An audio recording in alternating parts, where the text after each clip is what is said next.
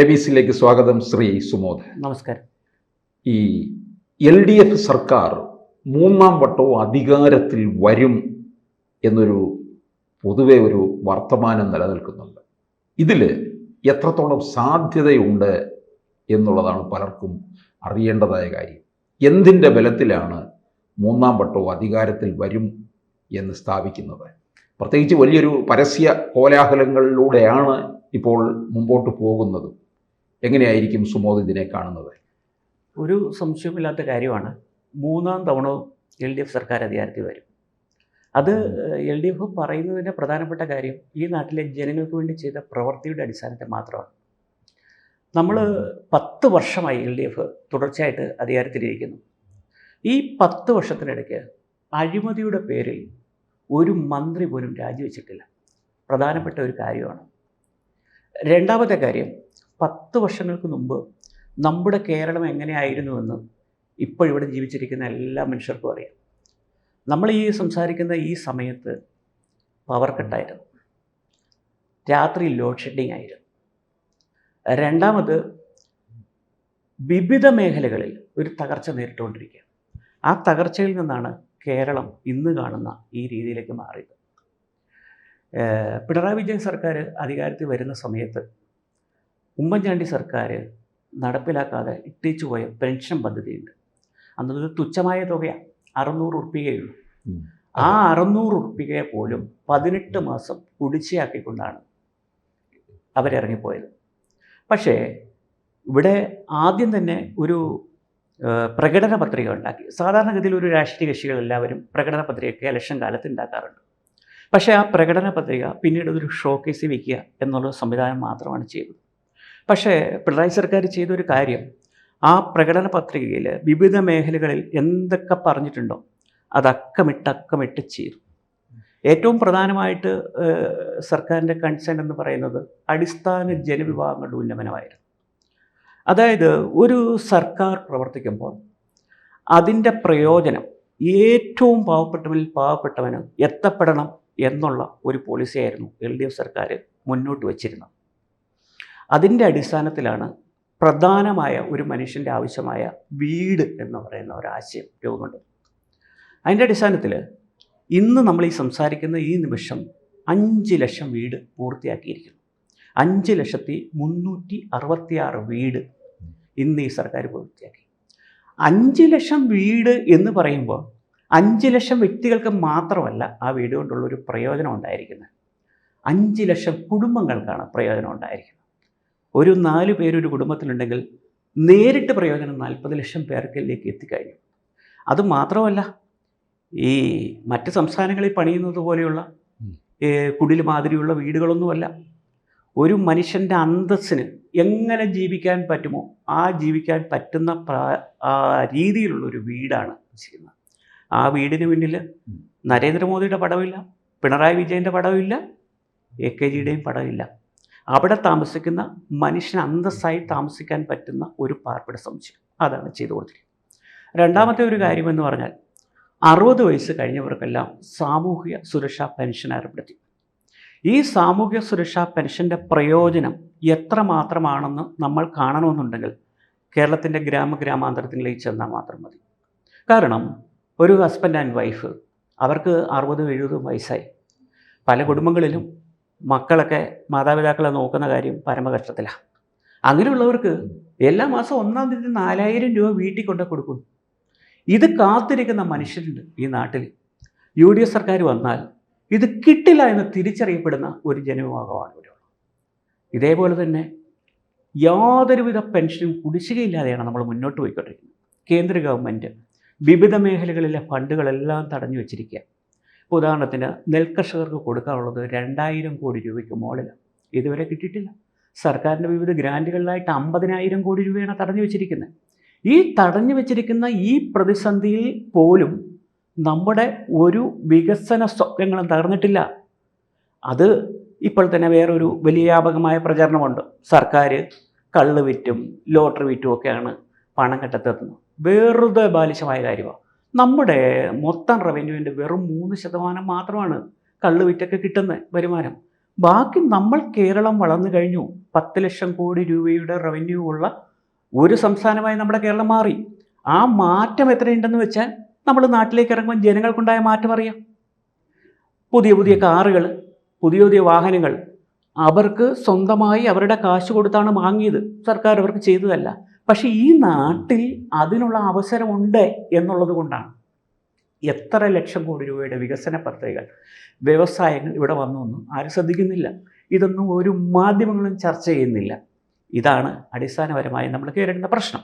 2, എവിടെയെങ്കിലും ഉണ്ടാകുന്ന ഒരു ചെറിയ വീഴ്ച, ആ വീഴ്ച എത്രമാത്രം പർവ്വതവൽക്കരിക്കാൻ പറ്റുമോ അതെല്ലാം മുഖ്യധാരാ മാധ്യമങ്ങൾ പർവ്വതവൽക്കരിച്ചുകൊണ്ടിരിക്കുക.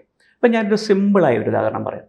ഈ കഴിഞ്ഞ ദിവസം ഉണ്ടായ ഒരു സംഭവമാണ് ആലപ്പുഴ മെഡിക്കൽ കോളേജിലുണ്ടായ ഒരു സ്ത്രീയുടെ വയറ്റിൽ കത്രിക വെച്ചുകൊണ്ടുപോയ ഒരു സംഭവം. വളരെ നിർഭാഗ്യകരമായ സംഭവമാണ്, ഒരിക്കലും സംഭവിക്കാൻ പാടില്ലാത്തതാണ്. പക്ഷേ നമ്മുടെ മെഡിക്കൽ കോളേജുകളിൽ ഒരു മാസം നടക്കുന്നത് മിനിമം 6000-ന് മുകളിൽ സർജറിയാണ്.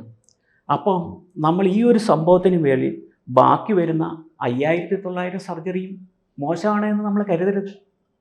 ഇതേപോലെ തന്നെ ഇതിൻ്റെ ഒരു ഇരട്ടത്താപ്പ് കൂടെ പറയാം.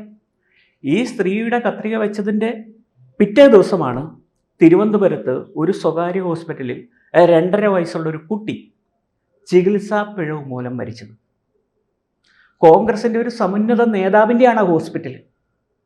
അന്ന് വന്ന വാർത്ത വീഴ്ച ഒരു പ്രതിപക്ഷ രാഷ്ട്രീയ കക്ഷിക്കാരും അങ്ങോട്ട് റീത്ത് വയ്ക്കാൻ പോയില്ല. ആരോഗ്യമന്ത്രിയുടെ വീട്ടിലേക്ക് റീത്ത് വെക്കാൻ പോയില്ല.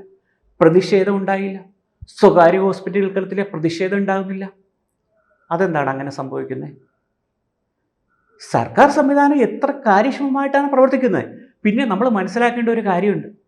ഇപ്പോൾ അടുത്തുള്ള ഒരു പ്രൈവറ്റ് ഹോസ്പിറ്റലിൽ ഒരു ദിവസം എത്തപ്പെടുന്ന രോഗികളുടെ എണ്ണം കൂടിയാൽ 1000, 1200, ഇതിനപ്പുറം അവർക്ക് അഫോർഡ് ചെയ്യാൻ പറ്റില്ല. പക്ഷേ തിരുവനന്തപുരം മെഡിക്കൽ കോളേജിൽ ഒരു ദിവസം എത്തുന്ന രോഗികളുടെ എണ്ണം 12,000 മുതൽ 15,000 വരെയാണ്. ഈ രോഗികളൊന്നും 10 രൂപ കൊടുക്കേണ്ടതില്ല. സർക്കാർ കൊടുത്ത ആനുകൂല്യത്തിൻ്റെ പുറത്താണ് നടത്തുന്നത്. അതവരുടെ ആനുകൂല്യമല്ല, അവരുടെ അവകാശമാണെന്ന് ഓരോ ജനത്തിന് ബോധ്യമുണ്ട്. അപ്പോൾ അവിടെ ഉണ്ടാകുന്ന ചെറിയ വീഴ്ചകൾ വരെ വളരെ രീതിയിൽ ഉദ്ധിപ്പിച്ച് കാണിക്കുക, അതിനെ ചർച്ച ചെയ്യുക, അതിനെ മോശക്കാരാക്കുക. അത് സർക്കാരിൻ്റെ മൊത്തം മോശമാണ്, സർക്കാർ അതുവരെ ചെയ്ത എല്ലാ കാര്യങ്ങളും റദ്ദ് ചെയ്യപ്പെടുക. ഒന്നാമത്തെ കാര്യം, നമ്മളിപ്പോൾ ഉദ്ദേശിക്കേണ്ട ഒരു കാര്യം, കേരളത്തിൽ 2 പ്രതിപക്ഷ കക്ഷികളാണുള്ളത്, കോൺഗ്രസ് ഉണ്ട്, BJP ഉണ്ട്. ഈ 2 കക്ഷികളും ഈ തെരഞ്ഞെടുപ്പിനെ നേരിടുമ്പോൾ പിണറായി സർക്കാർ ഇന്നത് ചെയ്തില്ല എന്നുള്ളതിൻ്റെ പേരിൽ ഒരു സമരം അവർ നടത്തുന്നുണ്ടോ? നല്ല റോഡ് ഉണ്ടായിട്ടില്ല, നല്ല പാലം ഉണ്ടായിട്ടില്ല, നല്ല സ്കൂൾ ഉണ്ടായിട്ടില്ല. ജനങ്ങളുടെ പ്രശ്നമാണല്ലോ. ഈ പ്രശ്നങ്ങളെ അഡ്രസ്സ് ചെയ്തുകൊണ്ട് അവരെപ്പോഴും പറഞ്ഞിട്ടുണ്ടോ? അവരുടെ പ്രശ്നം എന്താ? അവർ പറയുന്ന പ്രശ്നം, ഞങ്ങൾ വന്നാൽ ഒരു പുതുയുഗം ഉണ്ടാക്കുമെന്ന്. ആ പുതുയുഗം എന്താണെന്ന് നമ്മൾ നേരത്തെ കണ്ടിട്ടുണ്ട്. ഇനിയും ഇപ്പോൾ തന്നെ ബഹുമാനപ്പെട്ട പ്രതിപക്ഷ നേതാവ് പറയുന്ന ഒരു പ്രസ്താവനയുണ്ട്, ഖജനാവിൽ പൂച്ച പെറ്റി അടക്കുകയാണെന്ന് പറയുന്നത്. അതൊരു മുൻകൂർ ജാമ്യം എടുക്കലാണ്. അബദ്ധം വെച്ചാൽ ഞങ്ങൾ അധികാരത്തിൽ വന്നാൽ ഖജനാവിൽ ഒരു ഉറുപ്പിയില്ല, അതുകൊണ്ട് നിങ്ങൾക്ക് പെൻഷൻ ഇല്ല, നിങ്ങൾക്ക് ശമ്പളം തരാൻ ഞങ്ങൾക്ക് നിർവാഹമില്ല. ഇതാണ് പ്രതിപക്ഷം പറയുന്നത്. പക്ഷെ നമ്മൾ വളരെ ആർജവത്തോടെ പറയുന്നുണ്ട്, നിങ്ങൾ ആ കാര്യത്തിൽ ഒരൊന്നും പേടിക്കേണ്ട കാര്യം നിങ്ങൾ ഭരണത്തിൽ വരാൻ പോകുന്നില്ല. ഇതല്ല ഞങ്ങൾക്ക് നടപ്പിലാക്കാനുള്ള ആർജവമുണ്ട്. സർക്കാർ ജീവനക്കാർക്ക് ശമ്പളവും പെൻഷനും കൊടുക്കാനുള്ള പ്രാപ്തി ഞങ്ങൾക്കുണ്ട്. ഈ നാട്ടിലെ ജനങ്ങൾക്ക് 62 ലക്ഷം വരുന്ന ജനങ്ങൾക്ക് അവരുടെ പെൻഷൻ മുടങ്ങാതെ കൊടുക്കാനുള്ള സാഹചര്യം ഞങ്ങൾക്കുണ്ട്. നാട്ടിലാകെ നടക്കുന്ന വികസന പ്രവർത്തനങ്ങൾ മുന്നോട്ട് പോകാനുള്ള പ്രാപ്തി ഞങ്ങൾക്കുണ്ട്. അത് കേന്ദ്രം എത്ര തടഞ്ഞാലും ഞങ്ങളത് നടപ്പിലാക്കുമെന്ന് പറഞ്ഞു. ഇപ്പോൾ ഉദാഹരണത്തിന് നമ്മുടെ മുന്നിൽ ഉള്ള ഏറ്റവും വലിയൊരു കാര്യം, 2024 2 വർഷങ്ങൾക്ക് മുമ്പാണ് വയനാട് മുണ്ടക്കൈ ചൂരൽമലയിൽ ഒരു വലിയ വിപത്ത് നടന്നു. ഈ വിപത്ത് നടക്കുന്ന സമയത്ത് നമ്മുടെ കേരളമാകെ സ്തംഭിച്ചു.